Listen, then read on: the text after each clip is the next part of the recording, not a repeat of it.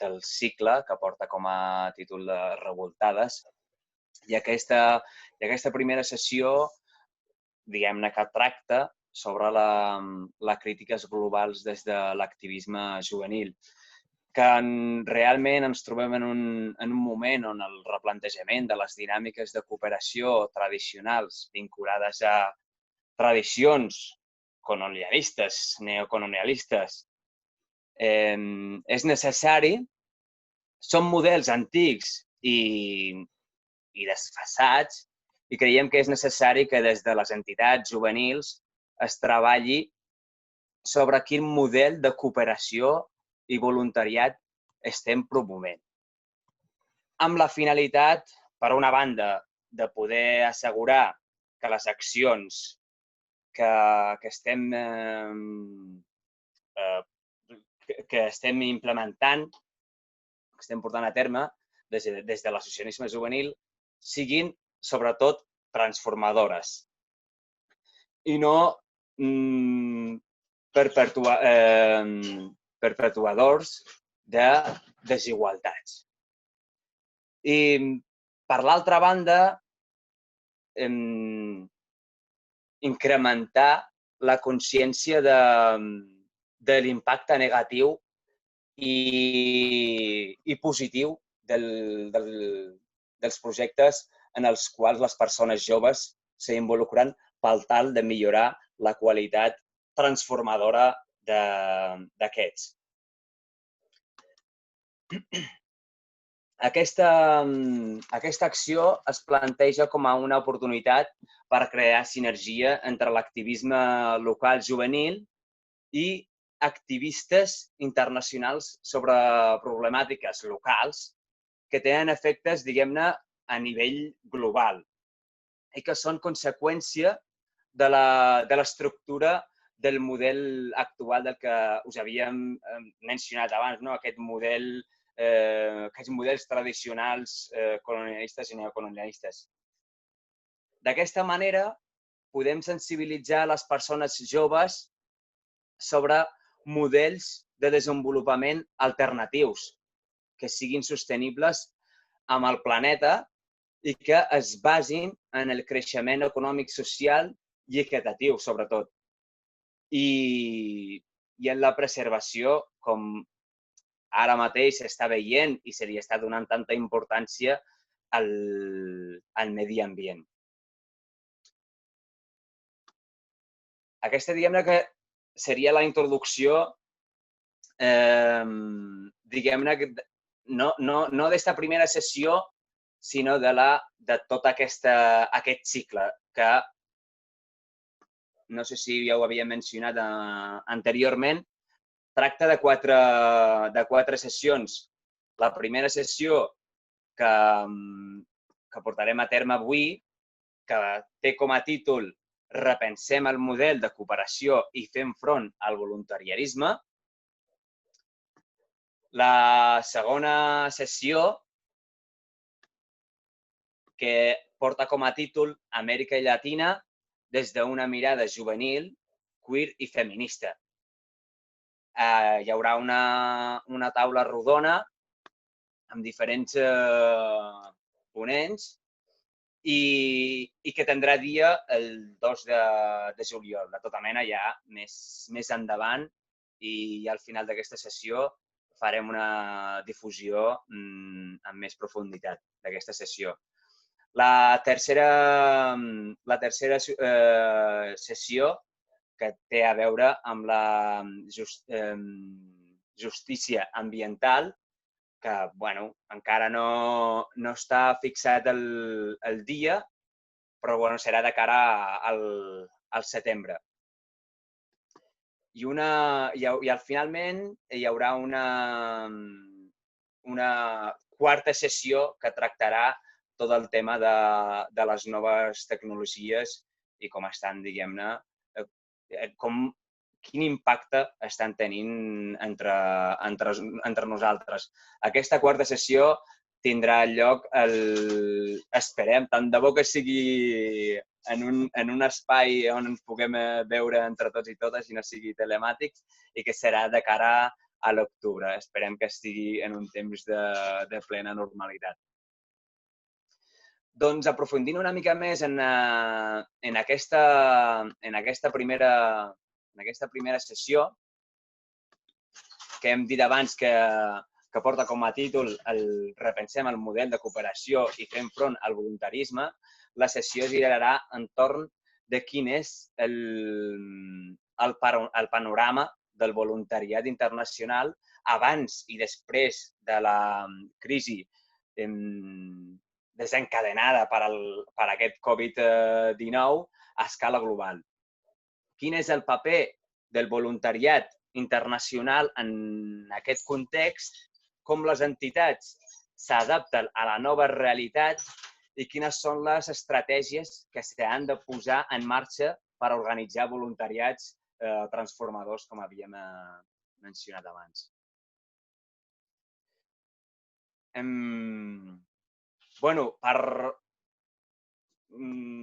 Per diguem-ne, abans de donar pas a les companyes, mencionar o destacar el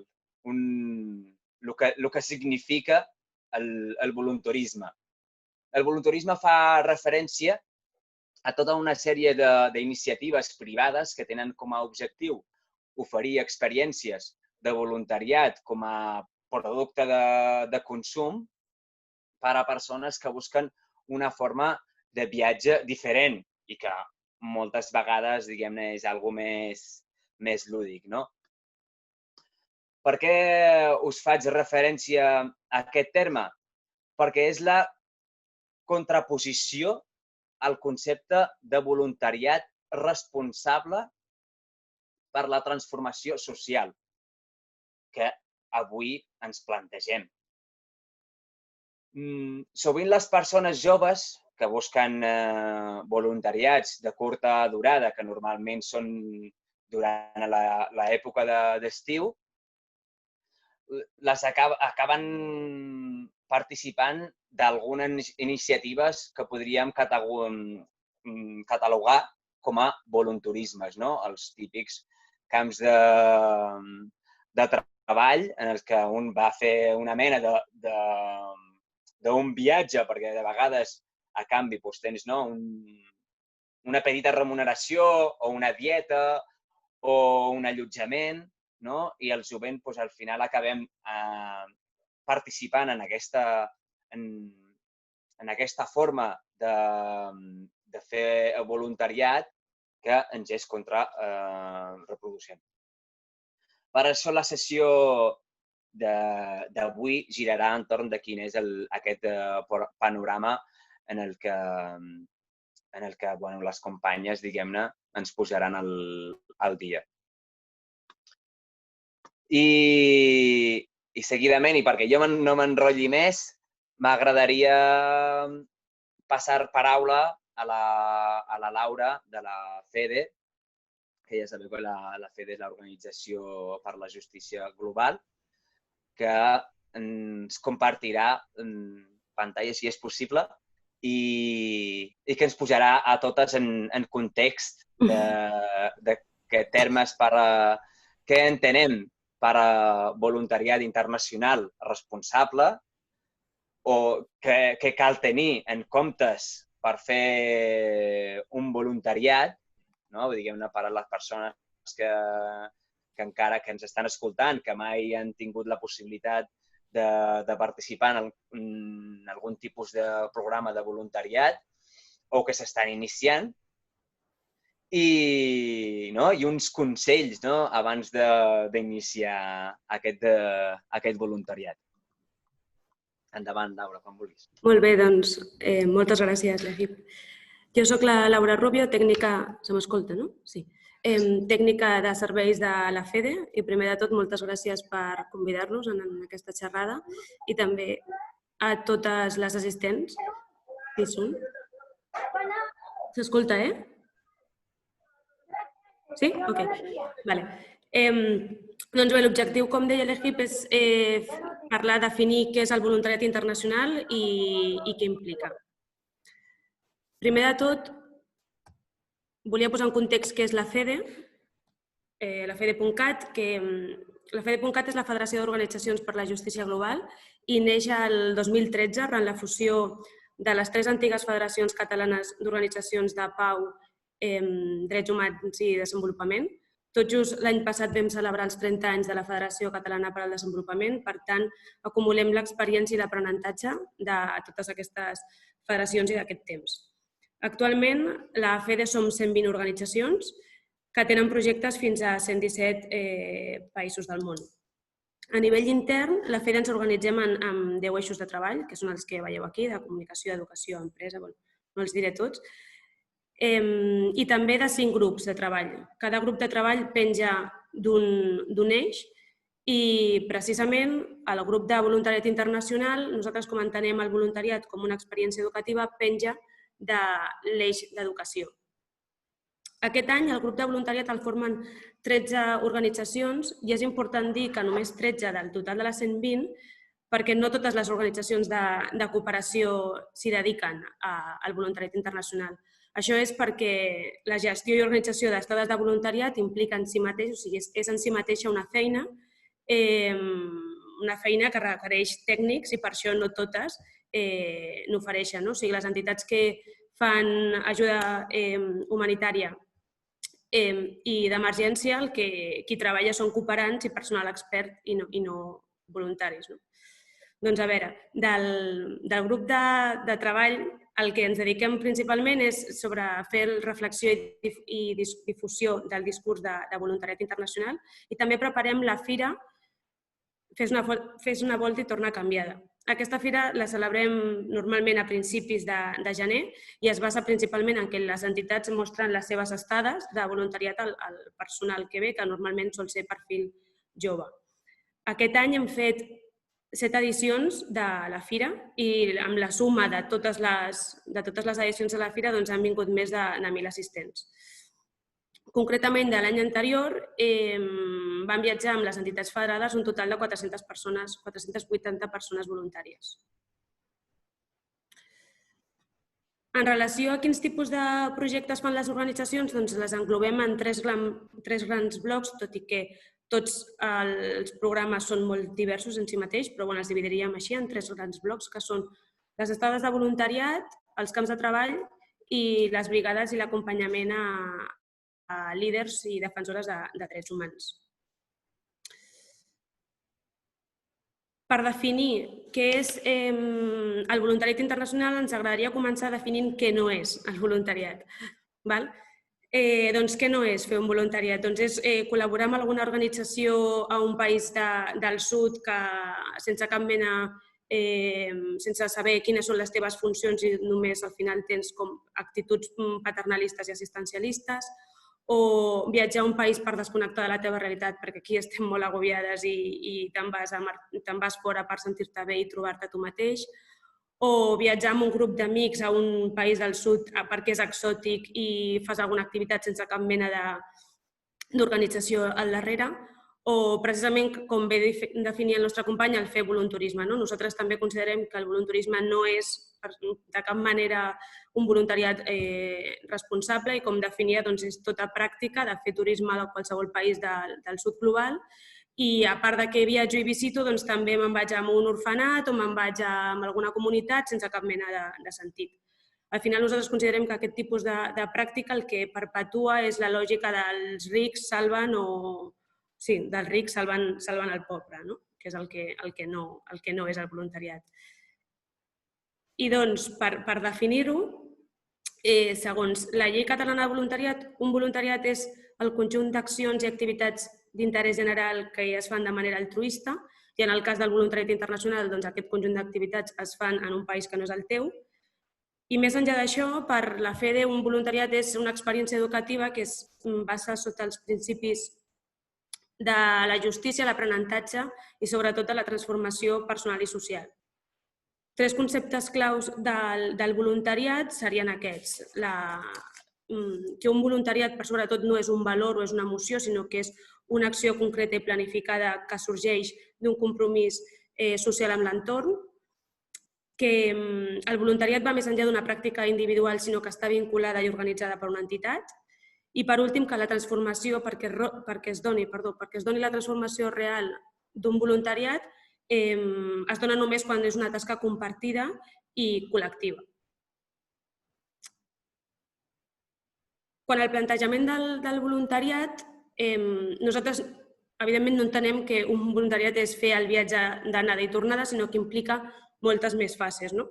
I són aquestes, són el reflexiona, informa't, forma't, viatge i implica't.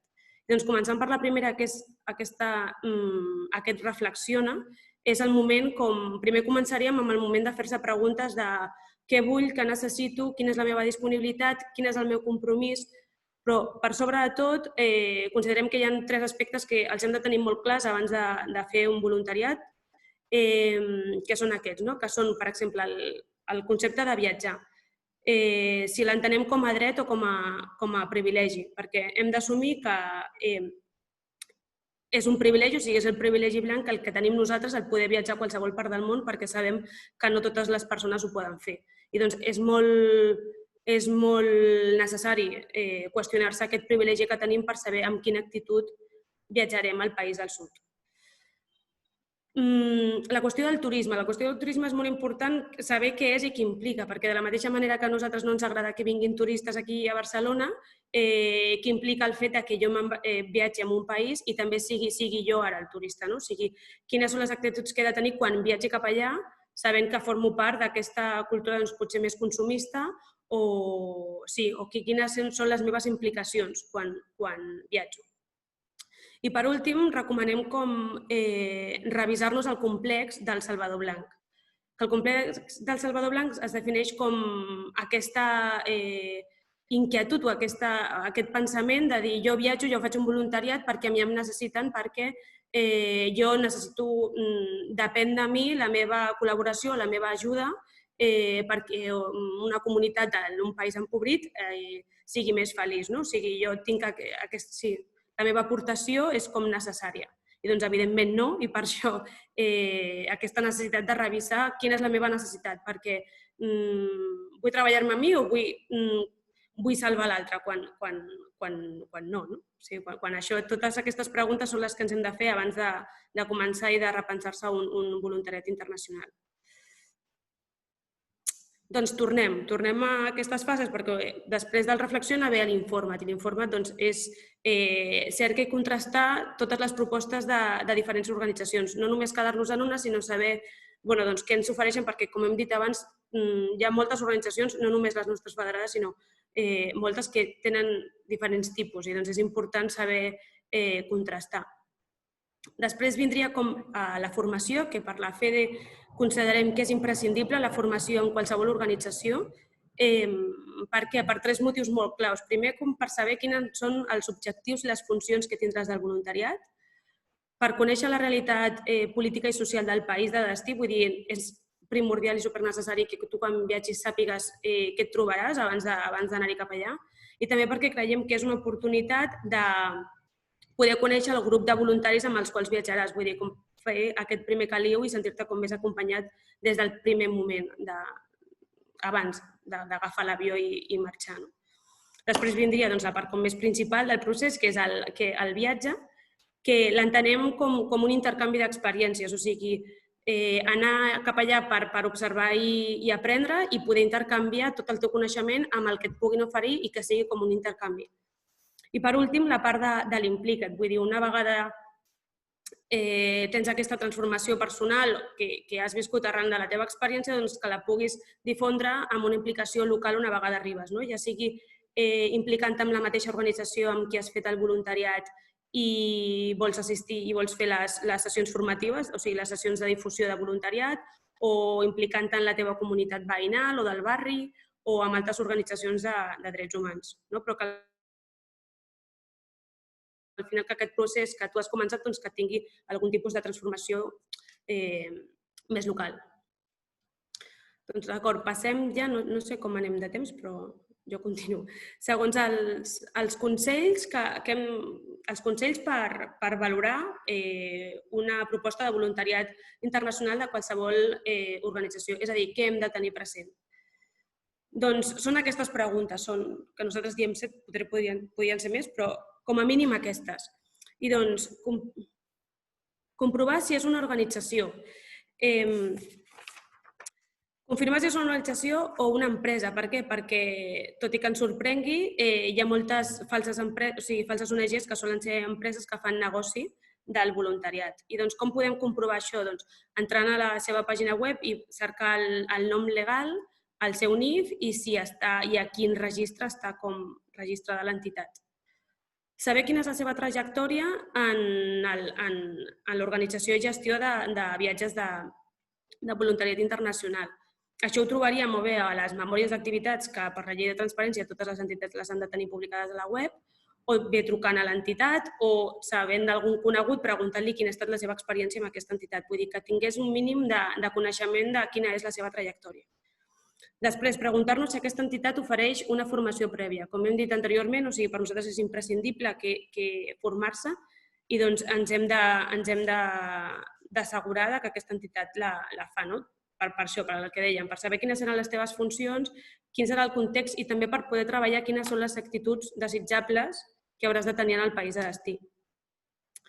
Seguidament, quines són les organitzacions contraparts, perquè de la mateixa manera que sabem amb quina organització viatgem, doncs saber també amb quina organització col·laborarem una vegada arribem al país de destí. Quines són les persones responsables tant aquí, a nivell local, com a nivell a terreny? I no només per nosaltres, sinó per els coneguts, la família que tinguem aquí, per tenir com un punt en comú i que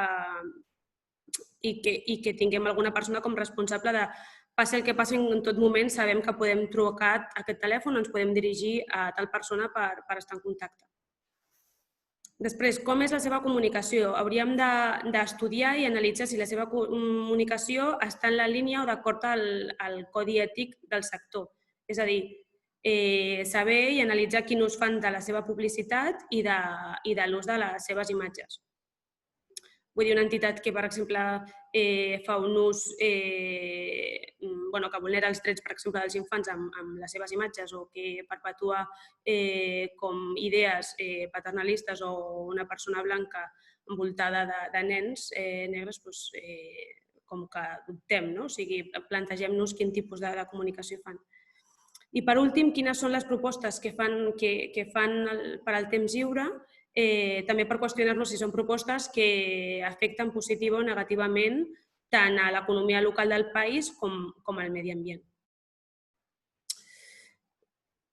I, per últim, els consells per fer un voluntariat i per fer front a aquest voluntarisme que estem parlant, ens plantejàvem que com hem d'actuar o com actuo quan faig un viatge de voluntariat, doncs repetim, l'observar i aprendre aquest intercanvi d'experiències i pensar per sobre de tot que nosaltres no som els protagonistes ni el centre del voluntariat ni imprescindibles per la tasca i per això hem d'evitar actituds paternalistes i assistencialistes en relació als altres. I després un bloc que ens semblava com molt interessant és el com comunico, perquè ara de cop i volta qualsevol persona que té un telèfon mòbil és comunicadora de la realitat i ho hem de tenir molt present sempre, però més jo crec quan fem turisme o bé quan fem viatges de voluntariat. Per què? Perquè és molt fàcil caure en el paternalisme i en coses que veurem ara, no sé com anem de temps, però m'agradaria posar aquest vídeo. És que no tinc... Veurem aquest vídeo, a veure si s'obre. Que parla, que és un vídeo irònic, abans de posar-ho, és un vídeo irònic que diu com aconseguir likes a les xarxes socials. I després en parlem.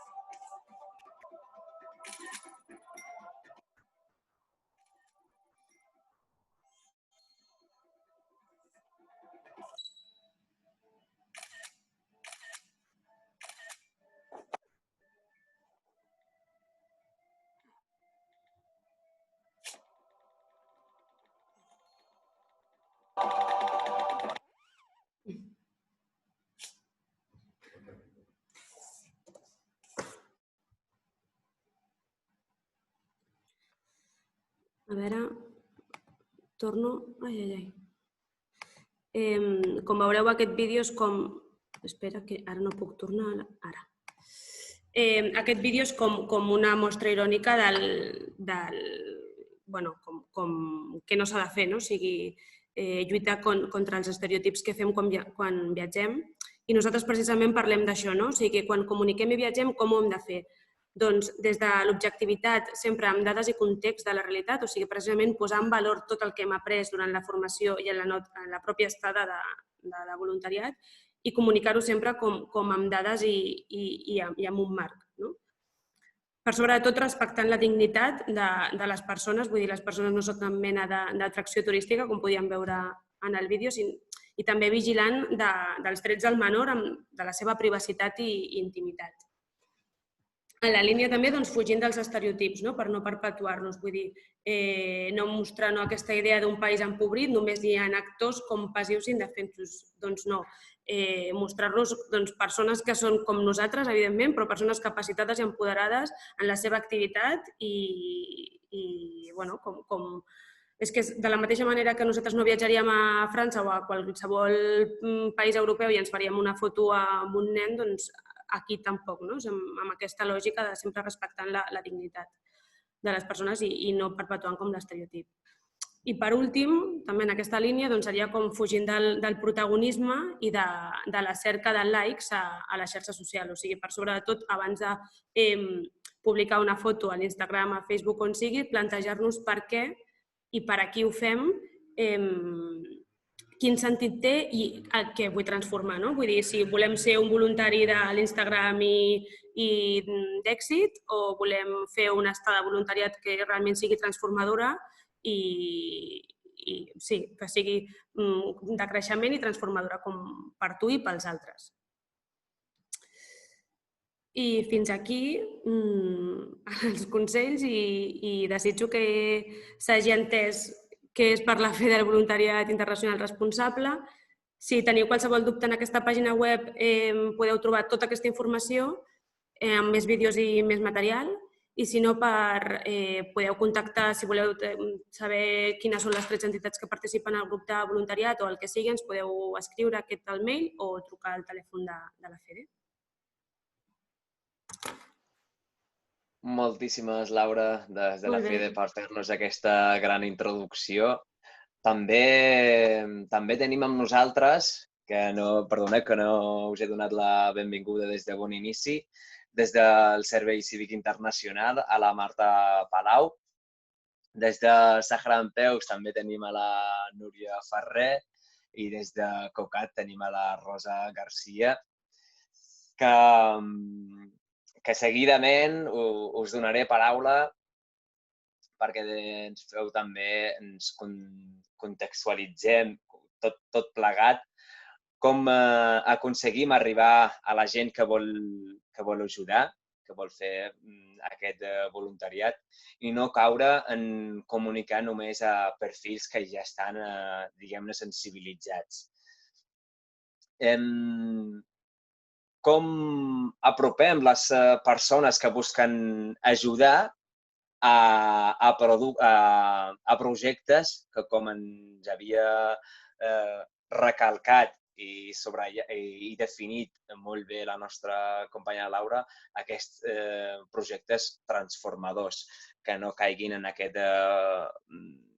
no es perpetuen d'alguna manera perquè siguin projectes paternalistes i assistencialistes. I després, com les entitats s'adapten a la nova realitat i quines són les estratègies que s'han de posar en marxa per organitzar aquests voluntariats transformadors. I per últim, creieu que hi ha una forma de fer voluntariat internacional que no caigui en la reproducció de lògiques, diguem-ne, que hem mencionat abans, totes aquestes lògiques colonialistes? I, no sé si han quedat clar les 3 preguntes i donem paraula des del servei sigui internacional, a la Marta i després la resta de companyes. Només un apunt tècnic. Ai.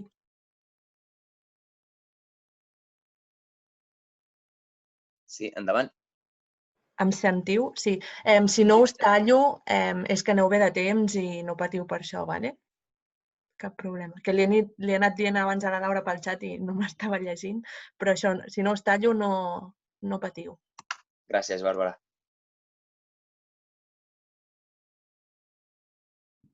Val, doncs començo, sí? Bé, moltes gràcies per les presentacions, per la introducció i també per deixar-nos estar aquí compartint la nostra visió.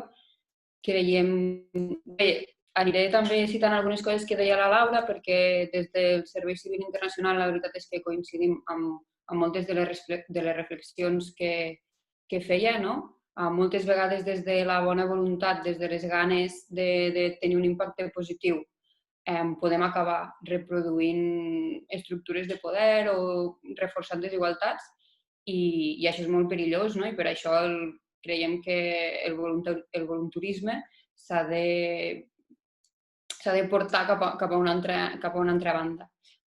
Aniré responent a aquestes preguntes que comentava i començant per la primera, que és aquesta de com arribem a la gent que vol ajudar i aconseguim que l'experiència al final sigui un voluntariat transformador. Per començar també partim de la idea de que un voluntariat, la Laura deia, és una experiència educativa, totalment d'acord. És una experiència de transformació des de l'educació. Llavors, entenem que les persones que en un moment donat diuen jo vull anar a ajudar, no ho diuen amb la intenció de vull anar a reproduir una lògica paternalista en un país del sud global.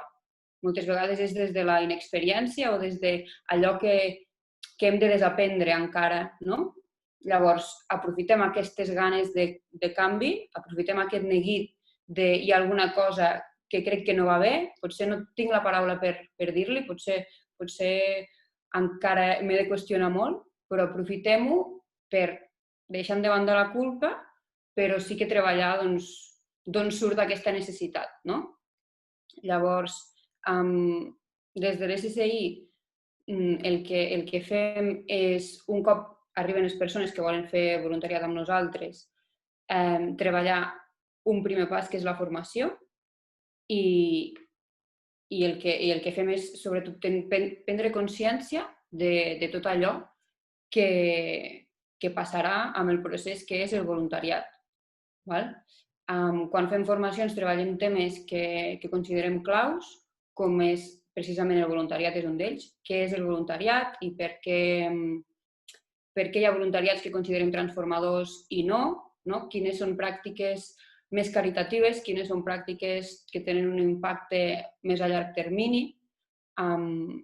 I això sovint va generant incomoditats en el procés de la persona que arriba, perquè moltes vegades de cop ens sentim malament perquè hi ha voluntariats que nosaltres considerem que no són transformadors i algú hi ha participat.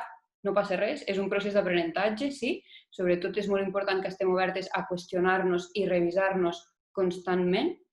I després, amb aquestes formacions, a banda de parlar de què significa voluntariat transformador, també parlem de temes claus que són molt importants per nosaltres, com ara la violència, les desigualtats. També fem formacions en comunicació, com comentava també la Laura, com comuniquem, què volem quan expliquem allò que hem fet. També fem tallers per reflexionar hàbits que tenim durant el voluntariat i un cop tornem, com consum responsable, com feminismes, també com ens relacionem amb les persones, etc.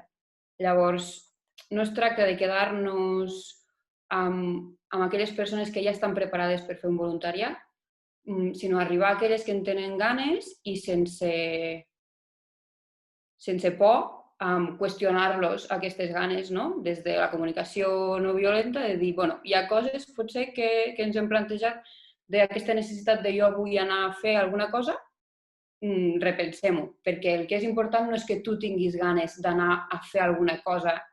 Està bé que vulguis anar a fer alguna cosa, però les necessitats no les marquem des d'aquí. Les marquen les entitats que acullen els projectes, que dissenyen els projectes i que obren la tasca a un grup internacional. Llavors, no anem pas a ajudar, anem a treballar juntes, anem a aprendre, no? I anem a transformar. Llavors, també, per explicar una mica com transformem, no? Com entenem el voluntariat internacional des de l'SSI, diria que hi ha com 3 nivells de transformació que sempre hem de tenir presents.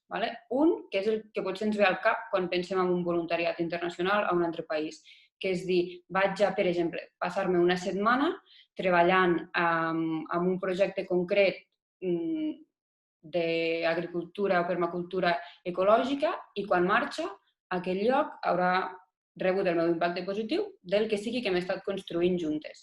Aquesta és una part de la transformació que perseguim amb un voluntariat responsable i és una part important.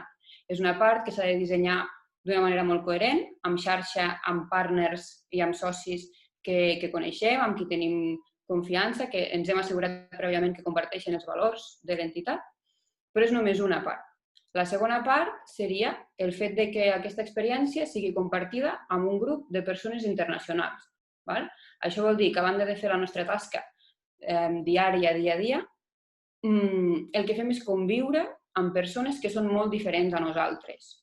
És a dir, si en el nostre equip de treball hi ha màxim 2 persones de cada país, vol dir que segurament hi ha persones amb cultures diverses, amb punts de vista diversos. Segurament la persona que és del nostre país també és molt diferent a nosaltres, no? Però l'experiència internacional normalment el que fa és intensificar aquesta diversitat. Llavors, el fet de que convivim juntes, que aprenem les unes de les altres constantment, que ens organitzem, que siguem autosuficients, que a part de treballar, doncs cuinem, ens organitzem les tasques del dia a dia, més domèstiques, tenim en compte les cures, tenim en compte la convivència.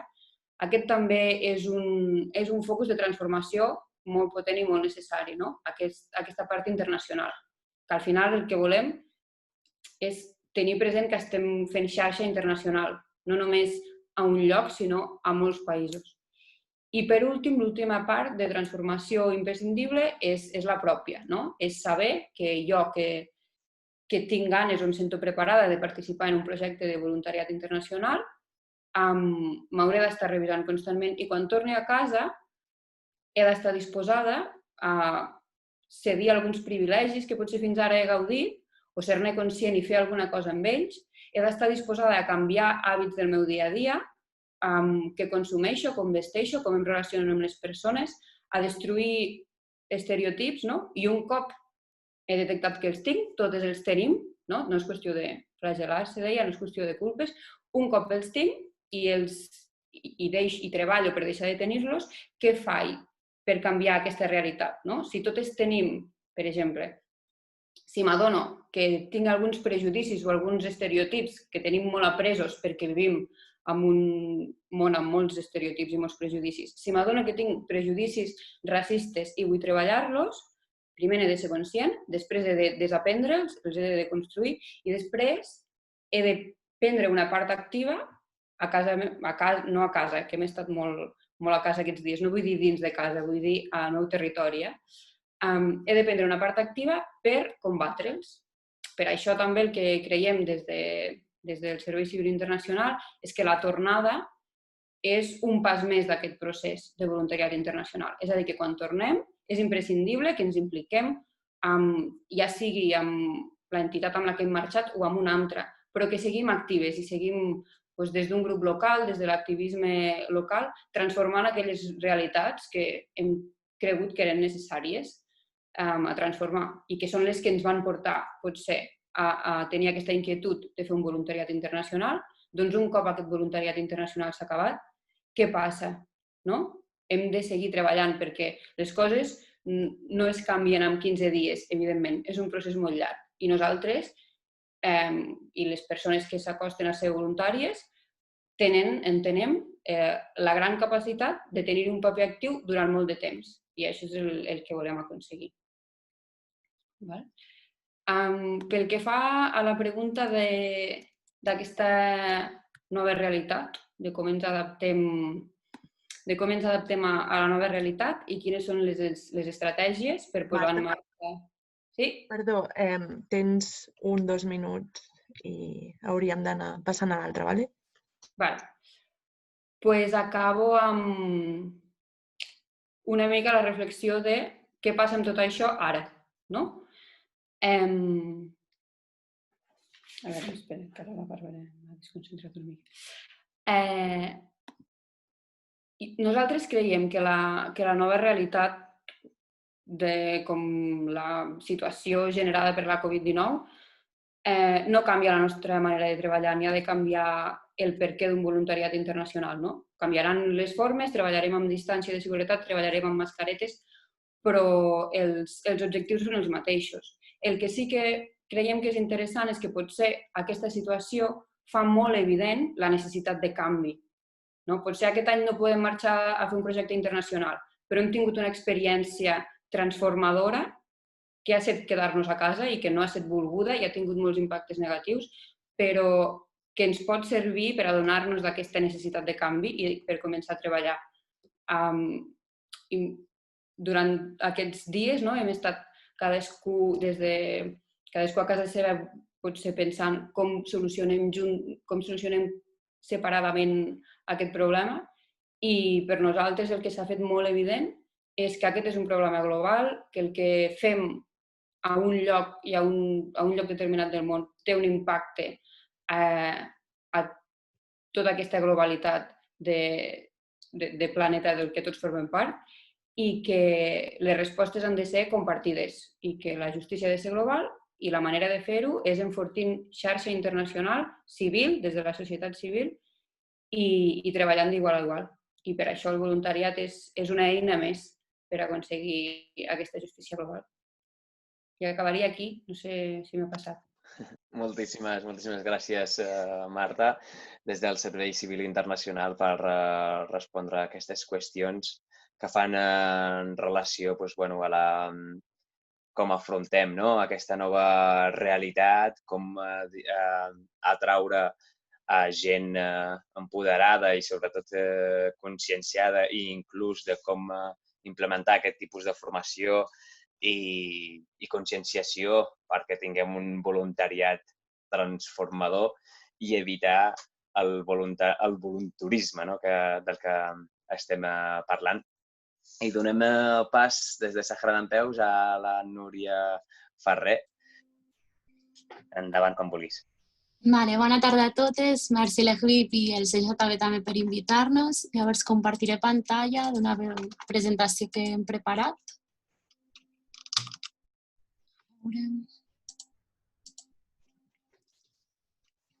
Primer volia contextualitzar una mica què som i què fem des de Sàhara Dempeus, perquè no sé si totes les que esteu aquí ens coneixeu. Llavors, som una entitat petita que va néixer i ens vam constituir el 2018, tot i que ja fa més anys que hi havia com el grup de joves creat.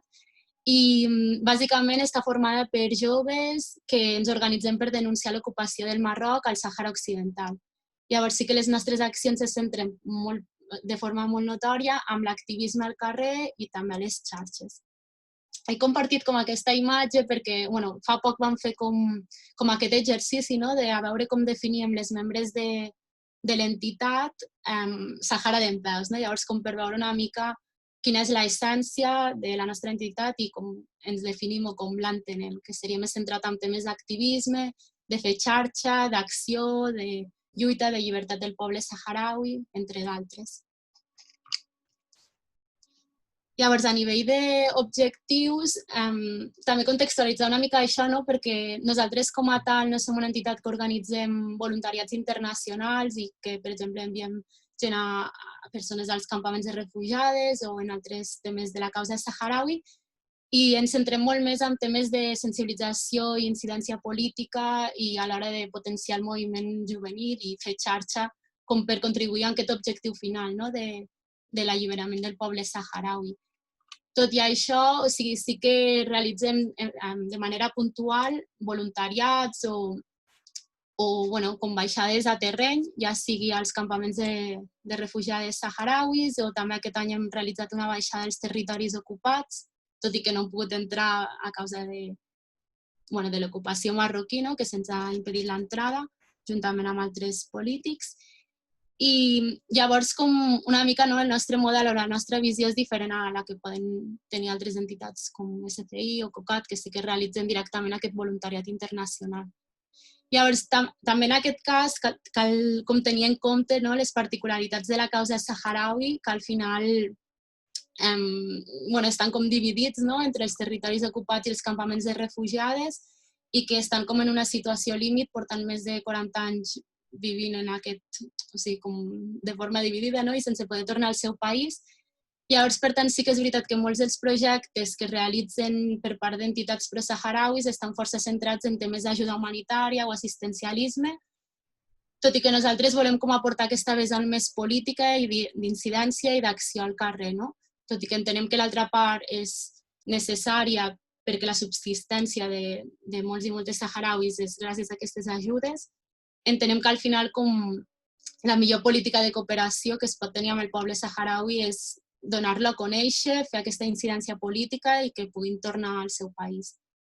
Llavors, contestant també una mica a la primera pregunta de com fem arribar aquest missatge a persones que volen com ajudar com a tal i que potser no estan tan sensibilitzades amb el tema, nosaltres ens centrem molt i ara, per exemple, amb el confinament ens ha funcionat força la realització de programes o xerrades, entrevistes, etc., per donar a conèixer els testimonis de saharauis, tant de la diàspora com dels territoris ocupats, campaments. Llavors també és com una manera, perquè a vegades sí que pot ser que nosaltres també fem com d'agents sensibilitzadors al nostre entorn més proper o també a través de xerrades, però com a que cal difondre i que la gent conegui la causa. I sí que nosaltres no oferim com aquesta possibilitat d'una ajuda directa, ja sigui més assistencialista, però creiem que és la manera, anar donant-ho a conèixer i també quan la gent ho coneix normalment al·lucina bastant perquè és un tema força desconegut.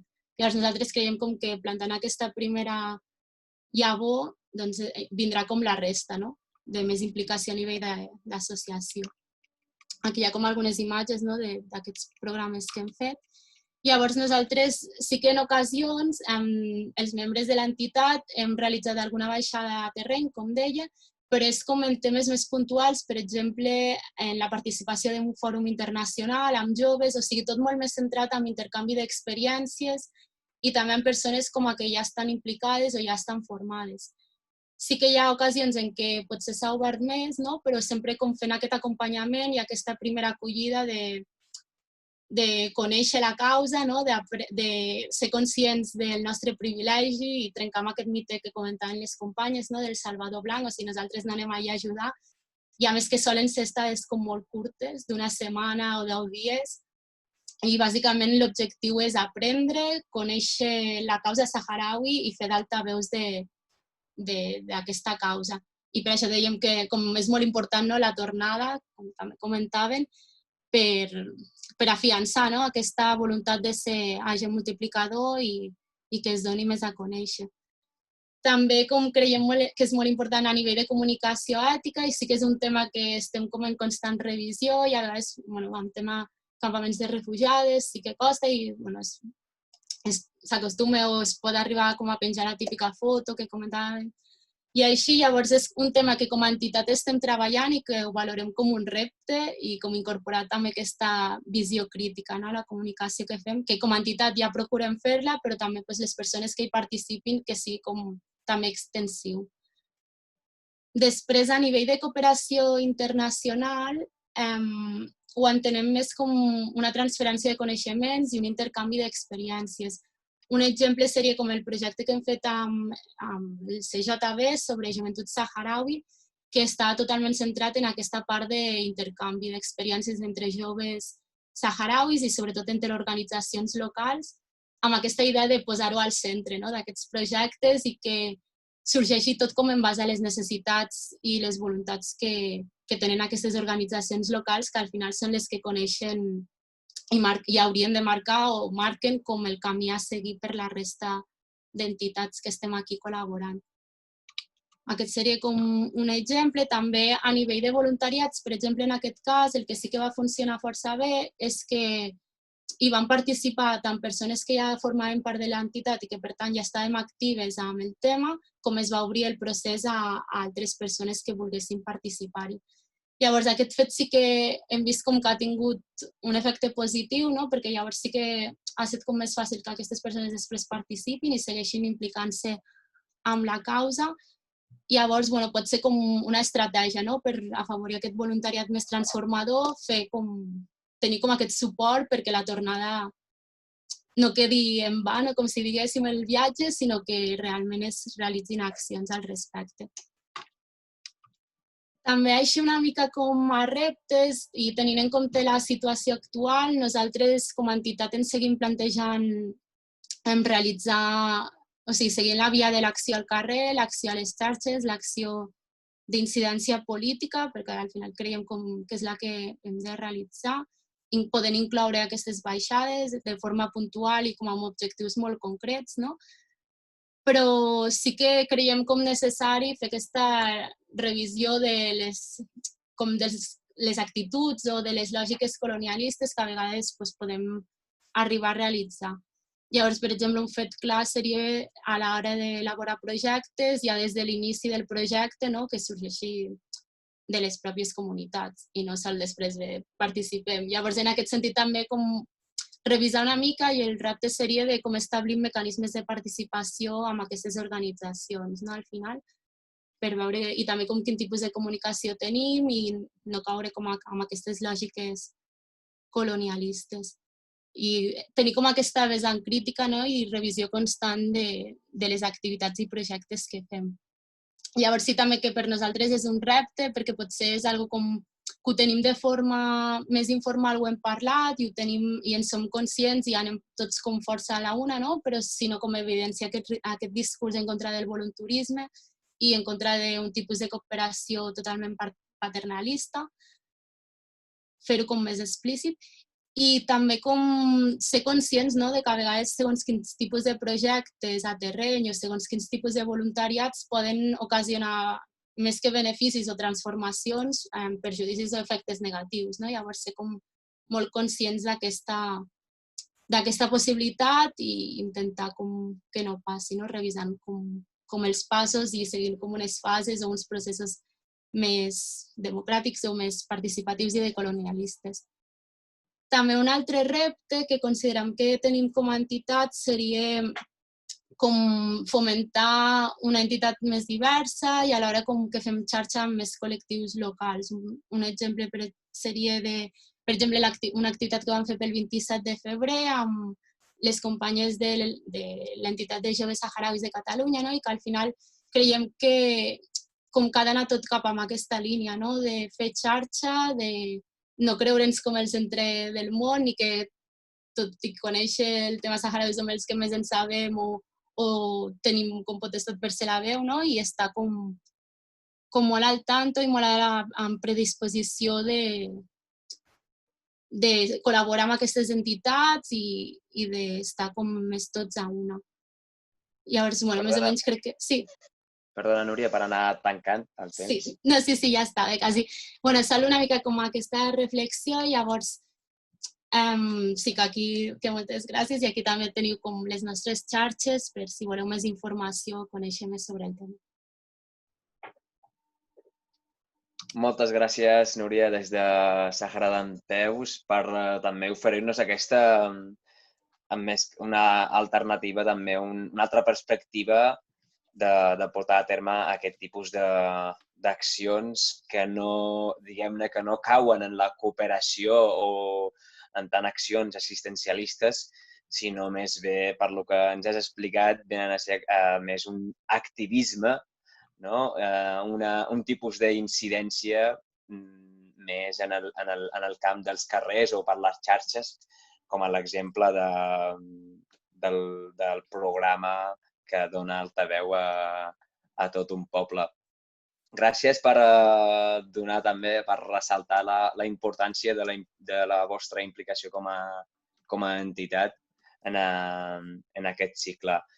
I seguidament passem amb la nostra companya Rosa Garcia des del COCAT, sisplau, quan vulguis. Hola, donar-vos les gràcies també per convidar-nos. Entenem que són moments complicats per tots i ens estem readaptant a les eines que tenim ara mateix per comunicar-nos. Intentaré ser breu. No tinc presentació i espero no avorrir-vos gaire, però així, a trets generals, explicar-vos una mica que a COCAT també, com tant deia la Marta de l'SSI, treballem en projectes de diferents tipus a nivell global i sí que és veritat que ens sembla un tema molt interessant el que ens heu proposat perquè ens estem trobant a nivell internacional tot un repte a l'hora de, no vull dir competir perquè no estem fent això, però a l'hora de diferenciar-nos amb empreses que treuen rèdit del voluntariat en general. Llavors, així 4 pinzellades. Per nosaltres també entenem el voluntariat com una eina que ens permet, és que no és només de transformar una comunitat local, que també, perquè els projectes tenen la necessitat real de transformació, però ho entenem més com una transformació personal també i esperem que quan la gent torna aquí es comencin a treballar tots els hàbits que s'han anat aprenent i tot el que hem anat desaprenent. D'aquesta manera podem anar començant a canviar consciències també del nostre propi país. Llavors entenem que això és una transformació integral. Tu vas a fer un projecte però tornes transformat també, no és només el projecte. Llavors sí que és veritat que per nosaltres és bastant clau treballar amb xarxes. COCAT és membre de 2 xarxes internacionals i de FOSSIR també. Creiem que és important treballar amb xarxes perquè ens dona una mica de context. Treballem amb temes gruixuts com pot ser la inclusió, la igualtat de gènere, la sostenibilitat, el lliure moviment o l'educació per la pau i entenem que treballar-ho en xarxa ens dona més força i a més ens dona una mica més de coherència amb els nostres principis. Llavors, a vegades sí que és veritat que se'ns fa difícil arribar a qui no ens coneix absolutament de res perquè trobar la manera d'apropar-te a un jove i dir-li vine cap aquí que t'explico una mica el que és el voluntariat a vegades és complicat. Sí que estem fent servir una estratègia bàsica que és veure en quins canals es mouen els joves, ara mateix tot el que són xarxes socials, Instagram, i fer moltes xerrades informatives, perquè ens hem adonat també que estem centralitzant molt la informació, com ens passa, jo no soc de Barcelona, però centralitzem molt tot a Barcelona i llavors ens costa arribar una mica arreu del país. Per tant, estem treballant tot una mica tot això i sobretot mirem de ser molt transparents amb tot el que envolta el tema econòmic. Quines quotes demanem, per què les demanem, on van els meus diners, per què els feu servir.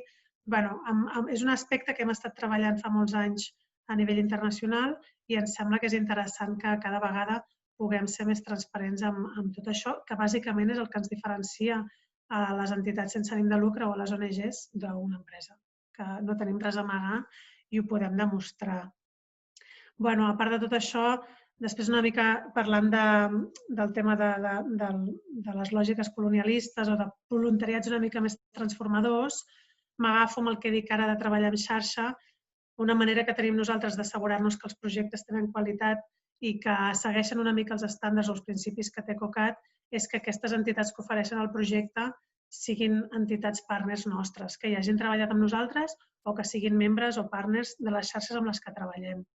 I en tot cas, si s'ha d'obrir un partenariat nou, mira sempre de fer un study visit. Això significa que nosaltres anem a visitar l'entitat i mirem com treballen, una mica per assegurar que compleixin els estàndards que nosaltres creiem que s'ha de tenir per tenir un voluntariat responsable. Sí que és veritat que ara mateix estem veient també que hi ha tot un increment de joves que són menors d'edat, menors de 18 anys, que entenc que tenen més accés també a més informació de la que teníem nosaltres quan teníem menys de 18 anys i estan molt motivats a poder provar aquest tipus d'experiències. Llavors, sí que és veritat que al llarg dels anys hem anat valorant una mica com fer-ho bé i no enganxar-nos els dits tots plegats, però sí que hem vist que és una necessitat real dels nostres joves, hem volgut donar-los un impuls i el que estem veient és que ara els joves proven de fer un camp de treball més per països europeus, que de fet nosaltres els limitem a Europa si són menors de 18, i llavors són gent que es capitalitza molt per fer projectes de més llarga durada. El que entenem també que és molt positiu, saps? Perquè són gent que no fan un projecte i ho deixen estar, sinó que tenen tota una trajectòria després. I aquesta és la motivació que nosaltres exactament estem buscant. Bàsicament és viure el voluntariat com una forma de vida, no com una activitat que vas a fer a l'estiu. I ara que hem enganxat amb el tema del Covid, amb la companya, amb la Núria, que ho comentava també, sí que nosaltres, durant el confinament, de fet estem a casa, les plantes de casa, estem treballant molt en plataformes online i el que hem volgut fer és no abandonar els joves que estan ara, no abandonar, no m'entengueu malament, però ens ha semblat que havíem de tenir-los connectats d'alguna manera al món del voluntariat i han sortit iniciatives interessants com, per exemple, fer camps de treball virtuals. Llavors, durant tot aquest confinament hem estat treballant també de manera virtual i sí que és veritat que no s'ha pogut fer feina física, però s'ha fet tota una feina d'intercanvi cultural, de canvis de consciències i de treball en conjunt entre tots els països del món. Llavors ens ha semblat molt maco poder seguir amb aquesta iniciativa i estem buscant una mica la manera de seguir tots connectats. Així. No sé si m'haig d'enrotllar gaire més, no tinc presentació, però no sé si... Després suposo que sorgiran preguntes de tema de formacions, nosaltres també en fem, però és partir una mica d'això, que hi hagi la iniciativa pròpia d'una persona de dir no només vull canviar el món, sinó que vull veure què passa amb mi i començar tot un procés que entenem que després ja és un modus vivendi. Moltes gràcies, Rosa, des del COCAT per aquesta gran intervenció i sobretot destacar aquest treball que és tan imprescindible, el treball en xarxa, que diguem-ne que és sumar forces és imprescindible per tenir uns bons resultats i sobretot uns resultats comuns entre tots i totes que treballem i que moltes vegades de forma voluntària. I el fet de fer-ho en xarxa és extraordinari. Gràcies per destacar-ho. I com bé has dit, passem a aquesta part de preguntes que ens fan des de les xarxes i intenteu ser breus, sisplau. I la primera pregunta per la Glòria, una pregunta... la Glòria, perdona, que fa una pregunta per la Laura. Quins són els criteris de les entitats per seleccionar les persones voluntàries que volen fer estades de voluntariat internacional? Laura, quan vulguis. Gràcies, Glòria, per la pregunta. Clar, només per posar en context, la FEDE com a plataforma de segon nivell no ofereix estades de voluntariat internacional, sí que ho fan les entitats com Servei Civil o COCAT o Sàhara Dempeus, o sigui, vull dir que nosaltres com a tal no fem voluntariat i doncs no puc respondre com el llistat de criteris exacte de quins són com el checklist que ha de tenir tota persona voluntària. Sí que entenc que i sé que totes les entitats fan com una entrevista prèvia amb la persona voluntària, o sigui, convido molt a que les companyes responguin, però que sí que fan una entrevista prèvia amb la persona voluntària i coneixen quina és la seva situació i quines són les seves necessitats i expectatives per poder adequar-se a les seves expectatives. També sé que ofereixen que la persona posi un llistat de diferents opcions d'estada perquè perquè sigui bastant àmplia l'oferta per després decidir. Però si em permeteu li passo la pregunta a les companyes perquè si tenen més clars quins són els criteris per seleccionar les persones voluntàries. Merci. Gràcies, Laura. Sí, si alguna de les voluntàries, sisplau, endavant. Sí, Marta? Segurament coincidirem molt en els criteris. Si vols participar en un projecte, en principi depèn molt del projecte. Sí que és veritat que si són camps de treball, la selecció no la fem nosaltres, la fa l'entitat d'acollida. Entenem que és l'entitat del país d'acollida la que necessita dir-nos a nosaltres quins perfils creeu més idonis. Llavors, sí que és veritat que hi ha un primer cribatge quan es fa una inscripció que s'ha de posar un mínim de motivació. Això és així, llavors hi ha alguns projectes que tenen requisits especials. No sé, pot ser que te'n vagis a fer un projecte a Japó i te'n vagis a una comunitat local que hi ha molta gent gran, per exemple, te'n vas a fer un projecte amb gent gran que no saben anglès, llavors el japonès serà un requisit que això sí que filtrem nosaltres. La resta normalment acostumen a filtrar-ho les entitats d'acollida i sí que és veritat que per la gent que se'n va a fer projectes de mitja i llarga durada, que són a partir d'un mes fins a un any, sí que els fem venir a l'oficina, la formació és obligatòria per aquest tipus de projectes i els hi fem tot un seguiment. Llavors, amb aquesta gent sí que els acompanyem, però no necessites una titulació, no necessites cap capacitat especial, només la motivació i l'anglès per poder-te comunicar. No sé si em deixo alguna cosa interessant. Vale, gràcies, moltes gràcies, companyes. Passem a una segona pregunta, Anna, sobre el concepte de transformació. Quines dimensions de transformació observeu o a les quals aspireu amb les vostres propostes? Què cal transformar? Què no cal? Què o qui està al centre de la transformació, en aquest cas? Qualsevol de vosaltres, sisplau.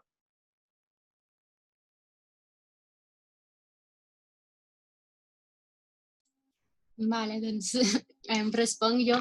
Clar, en el nostre cas, com a la nostra entitat estem com molt centrats en el tema del Sàhara, doncs sí que nosaltres sí que ja pot haver com aquesta transformació més personal, no?, de la persona que participa a l'entitat i que llavors permet desenvolupar com unes competències o com que es genera com un munt d'aprenentatges i també com a l'entorn més proper seu, no?, més local. I a nivell de transformació més de la comunitat saharaui, que seria com la que està al centre, no?, de canvis que s'han de produir, però més centrats en aquest cas en aconseguir la llibertat. Si en el nostre cas com està molt focalitzat com amb el tema Sàhara, a nivell del centre de la transformació per nosaltres seria com la comunitat local, en aquest cas del poble saharaui. Tot i que sí que hi ha com tots aquests beneficis o avantatges més a nivell personal o d'entorn o d'altres.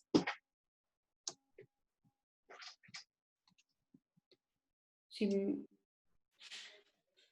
Puc contestar també? Exacte, no em faltaria més. Gràcies. Crec que és una pregunta així força complexa, però també molt necessària. Així que gràcies, Anna. Crec que al final, o sigui, la diferència entre un voluntariat transformador i no transformador no és exactament què transforma, sinó que sigui capaç de canviar alguna cosa com d'una manera profunda i perdurable en el temps. És a dir, nosaltres entenem que un voluntariat que no és transformador és aquell que no canvia les causes del problema i que reprodueix aquelles coses que estan malament, és a dir, que reprodueix desigualtats, que reprodueix prejudicis, estereotips, etc. I d'altra banda, què és el que està al centre? També, doncs la Núria deia, al centre estan, cada organització posa al centre els seus valors, no? I, per exemple, com per citar-ne alguns que nosaltres posem al centre des de l'SSI i que sempre intentem que es compleixin en tots els projectes, doncs són valors com, per exemple, la justícia ambiental, la justícia global, la no violència, la solidaritat internacional, contraposada al paternalisme, no? També aquesta mirada decolonial, trencar amb la lògica de nord-sud, ha sortit diverses vegades, no? Des d'aquí sabem com es fan les coses i ho anem a explicar, no? Anem a treballar de manera horitzontal. Altres valors que estan al centre també són els feminismes, la diversitat, el pensament crític, el ser capaç d'entendre el que està passant i qüestionar-nos a una mateixa i també la realitat que anem descobrint. I també l'apoderament de les persones que fan voluntariat. És a dir, no anem a fer un voluntariat esperant que tot estigui fet, sinó que som agents actius de canvi. I llavors també la transformació depèn de les persones que veniu a participar, no? Més o menys per aportar una mica més, volia dir això, jo. Gràcies per ampliar encara més la resposta que ens ha donat la companya Núria. Seguim amb les preguntes que tenim que ens han facilitat les companyes per les xarxes.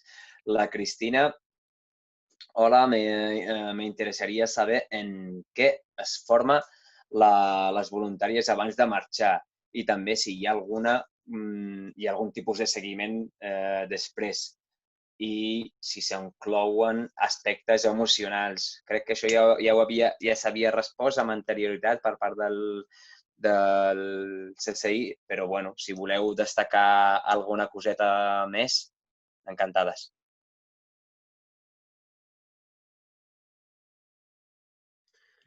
Bueno, sí, gràcies per la pregunta.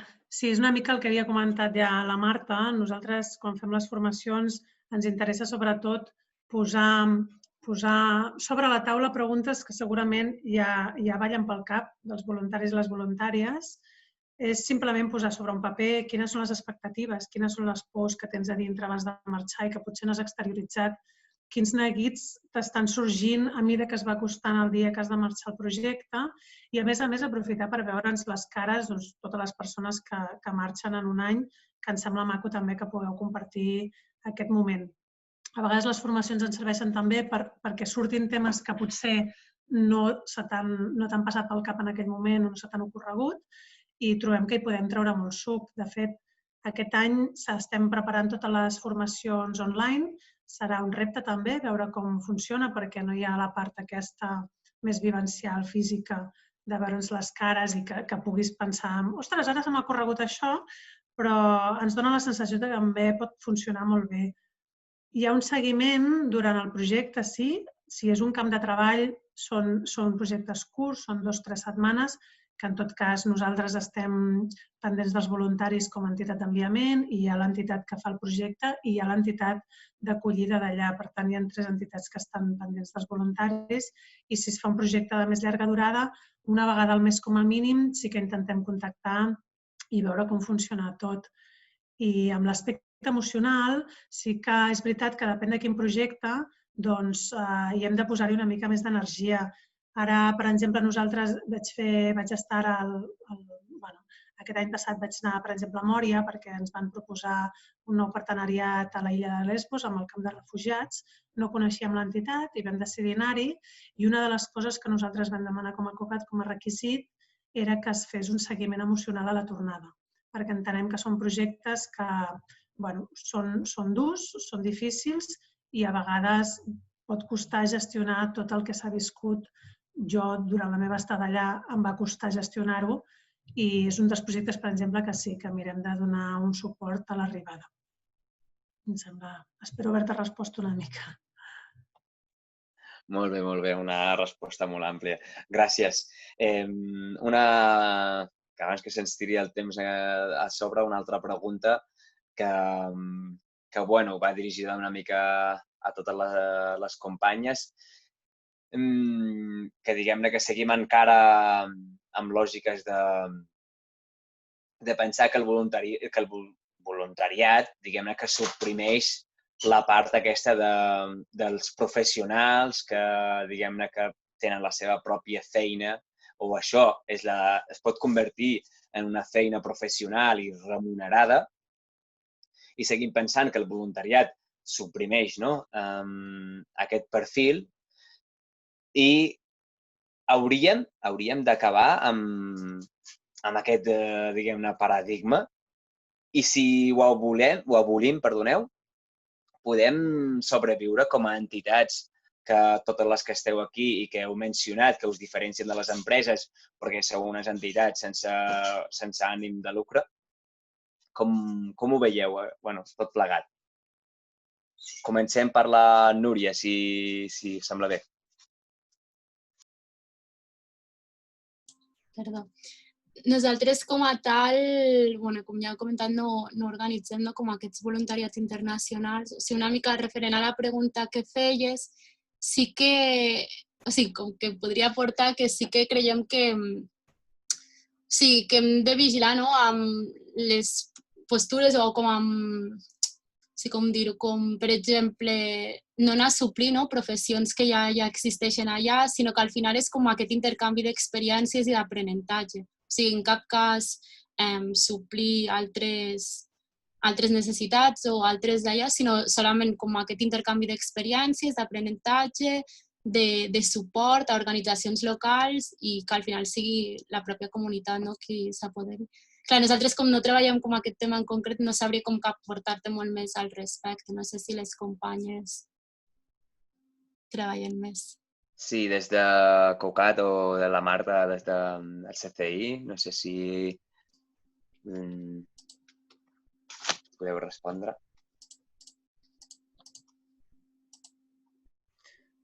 Bueno, sí, nosaltres una mica és el que estava comentant abans, no? Que la manera de poder-nos garantir que precisament no estem suplint feines professionals amb voluntaris és treballar en xarxa. Nosaltres, quan enviem persones a projectes, sabem qui són la gent que estan darrere d'aquests projectes, ens coneixem perquè ens hem vist i ens veiem un parell de vegades l'any cara a cara i entenem que no s'ha d'abolir aquest tipus de funcionament, perquè si abolim aquest tipus de projectes sí que tanquem la persiana perquè no trobo el sentit a la nostra feina.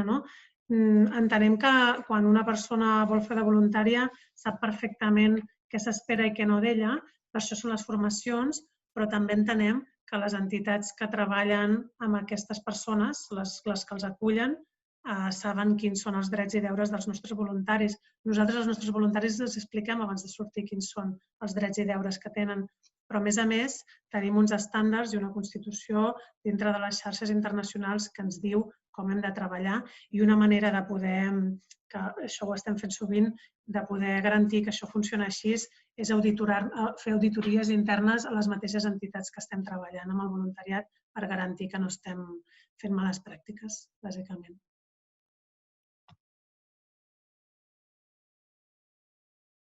Moltes gràcies de nou.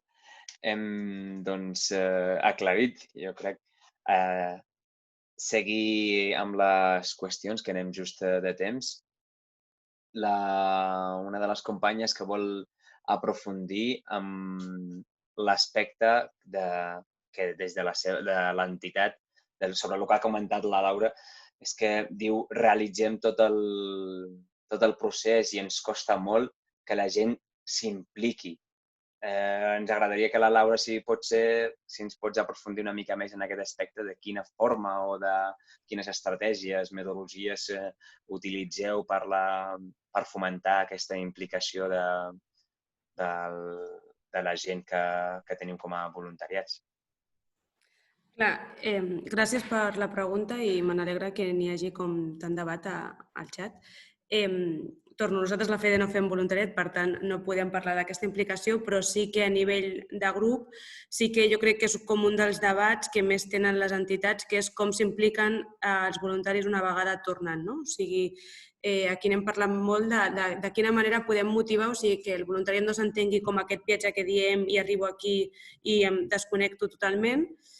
I moltes vegades parlem que una via d'implicació podria ser directament la participació a l'entitat, o sigui, que aquesta persona quan torna pugui i vulgui participar a espais de la pròpia entitat amb qui ha fet el voluntariat, ja sigui a qualsevol comissió o eix de treball o que pugui fer aquestes xerrades de divulgació del voluntariat, però bé, entenc que no és una qüestió fàcil, que també depèn molt de la persona, del seu moment vital i les seves necessitats, però que és una cosa que les entitats volen treballar perquè efectivament és tot un repte.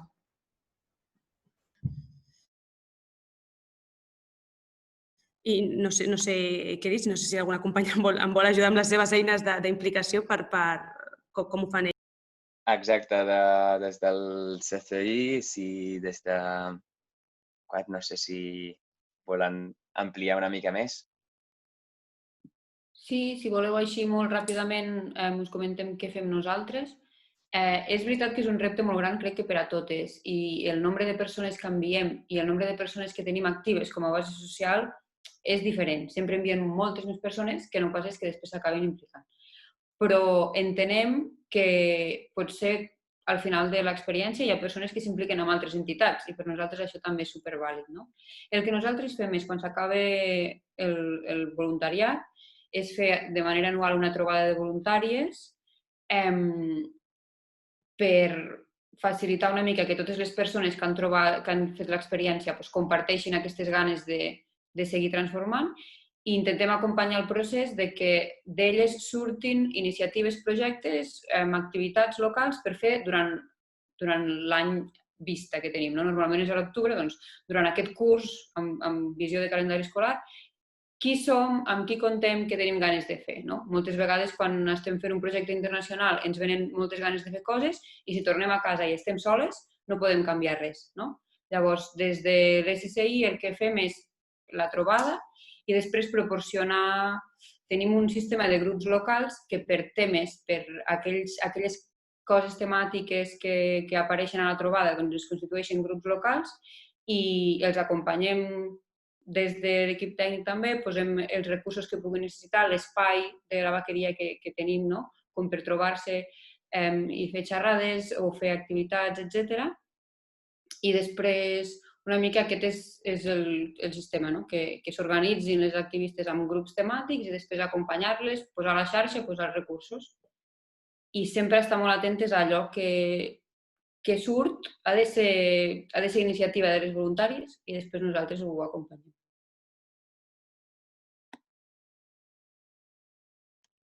Moltes gràcies. Doncs seguim.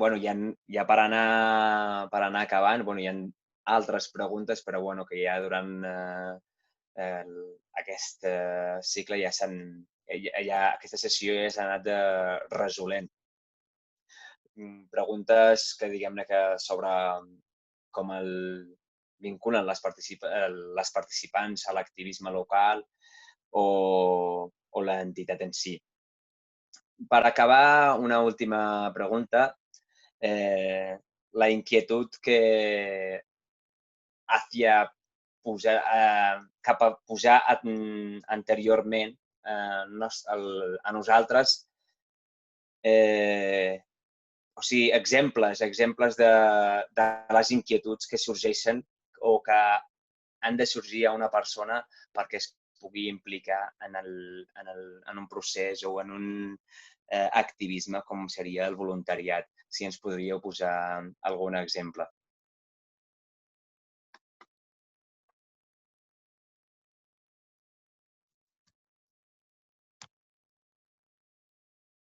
La pregunta, és dirigida més a les persones que feu el voluntariat. No sé si per una mica que hi hagi, diguem-ne que us doni temps a parlar totes, però ha de ser una cosa molt breu abans de passar a paraula per tancar aquest cicle a la Laura. Així que la resta de companyes, quan vulgueu, una de vosaltres. Vale. No sé si ho he entès bé, o sigui, com les inquietuds que ha de tenir la persona abans de participar en un voluntariat, et refereixes? Exacte. O sigui, si teniu algun exemple, les persones que acudeixen a les vostres entitats i diuen, jo vull ser una persona activa en la vostra entitat com a voluntària, això, no? Quines són aquestes inquietuds que el fan arribar a vosaltres, no? Si ens podeu posar exemples. Sí, jo crec que al final les inquietuds són com molt diverses, no? Perquè al final cada persona és un món. Per exemple, en el nostre cas, sí que moltes de les participants que estem han vingut a través d'altres projectes, per exemple, com Vacances en Pau, perquè han acollit un nen o nena saharaui, no? Però llavors com que busquen aquesta part ara més d'incidència política, mobilització, i després també com la inquietud aquesta d'aprendre i conèixer i també de responsabilitzar-se, per exemple, en el tema de Sàhara, que al final també som responsables, i de fer com altaveu i com promoure aquest canvi que volem veure o aquesta transformació, ja sigui fer només a nivell local, però sabent que tindrà també un impacte global al final. O sigui, com aquesta inquietud d'aprendre i de generar canvis i transformacions.